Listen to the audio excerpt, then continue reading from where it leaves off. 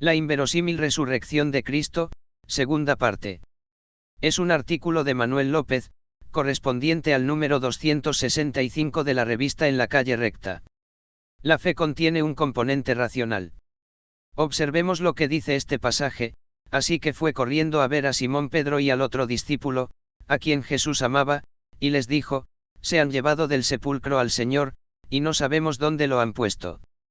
Pedro y el otro discípulo se dirigieron entonces al sepulcro. Ambos fueron corriendo, pero, como el otro discípulo corría más aprisa que Pedro, llegó primero al sepulcro. 5. Inclinándose, se asomó y vio allí las vendas, pero no entró. Tras él llegó Simón Pedro, y entró en el sepulcro. Vio allí las vendas y el sudario que había cubierto la cabeza de Jesús, aunque el sudario no estaba con las vendas, sino enrollado en un lugar aparte. Juan 20, 2-7. La palabra bioblepo en griego, significa no solo ver sino pensar, reflexionar. Pedro entra, y quizás piensa algo parecido a esto: si fueron amigos lo que tomaron el cuerpo, que podría justificar el hecho de deshonrar el cuerpo llevándoselo desnudo. Sin duda se lo llevarían con el sudario y las vendas. Y si por el contrario fueron sus enemigos, ¿qué sentido tendría que dejasen el sudario enrollado y todo recogido? Pedro piensa seriamente, buscando una respuesta, probando las diferentes hipótesis. La fe es mucho más que un mero ejercicio racional.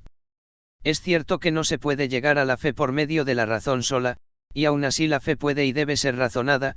1 Pedro 3:15. Nuestra fe no es la del carbonero. ¿Qué cree usted?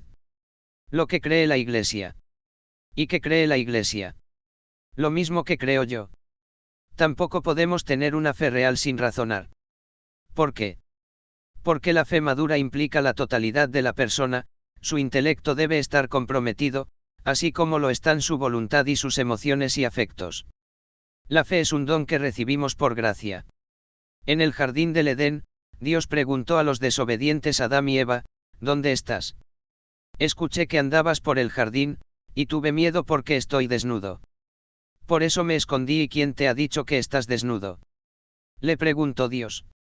¿Acaso has comido del fruto del árbol que yo te prohibí comer? Génesis 3, 9-10,11. A Jonás el profeta rebelde, le preguntó: ¿tienes razón de enfurecerte tanto por la planta? Los que se dedican a la consejería saben muy bien que no basta simplemente con decirles a las personas cómo deben vivir. Al contrario, es mucho más provechoso hacerles preguntas.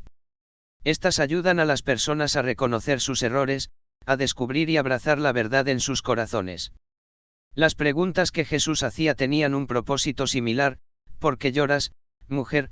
Juan 20, 14, es una suave reprensión a María, un llamado a despertar: ¿a quién buscas? Ella, pensando que se trataba del que cuidaba el huerto, le dijo: Señor, si usted se lo ha llevado, dígame dónde lo ha puesto, y yo iré por él. 8-15, es conversación, es una invitación a conocerle más profundamente, a reconocer que por grande que fuese su devoción por el Señor no lo es lo suficiente, ni su comprensión del poder de Dios. La gracia de Jesús es palpable. María busca al Cristo equivocado. A un Cristo muerto. A un Cristo infinitamente más pequeño de lo que Él es.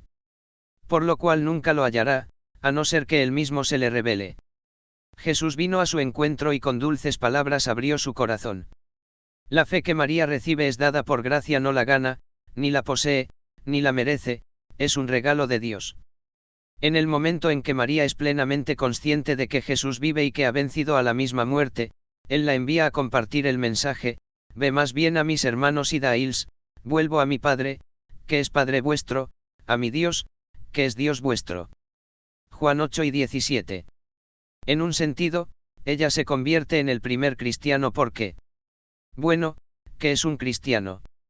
Un cristiano es alguien que cree que Jesús murió y resucitó. Un cristiano ha tenido un encuentro espiritual y personal con este Cristo resucitado, real Homo María, o figurado. Y en este preciso momento María es la única persona en el mundo que puede afirmar tales cosas. ¿Acontece esto por accidente? No, yo no lo creo. Jesús podría haber preparado de antemano a cualquier otro mensajero. Él la escogió a ella. Y significa específicamente que escogió a una mujer y no a un hombre.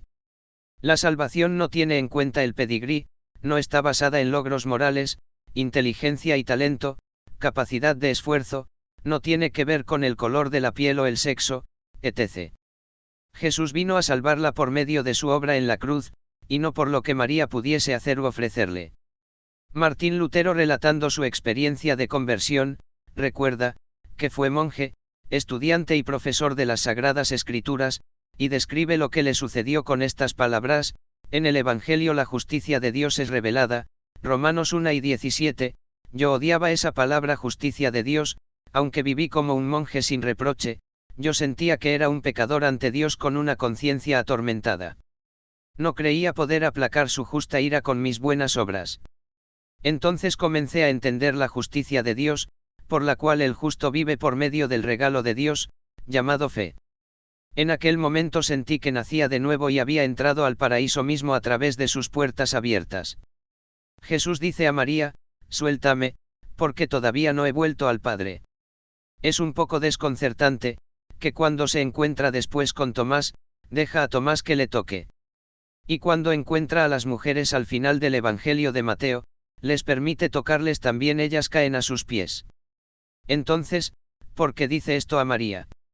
Es fácil imaginársela intentado asirse de él, diciéndole: te perdí una vez, pero no te dejaré de nuevo.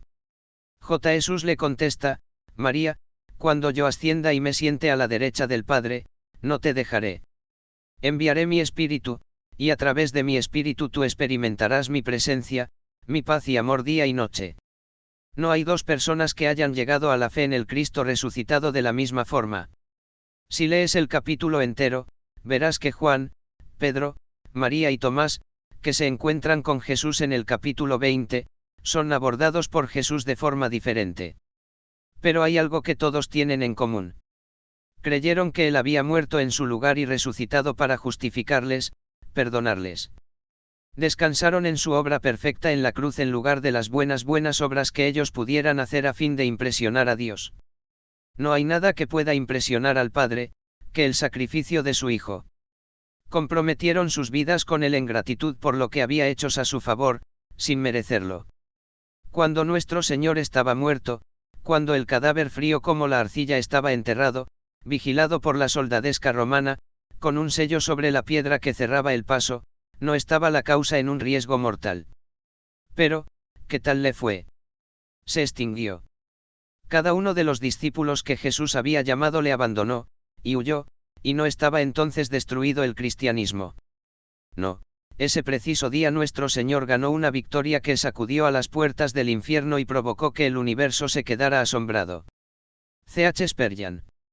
Pero lo que este pasaje nos recuerda igualmente, es que no debemos olvidar que hay muchos caminos para llegar al final a esta clase de fe: la fe del Evangelio, la fe apostólica, la fe en Cristo como único y suficiente Salvador. La fe en la resurrección y el resucitado.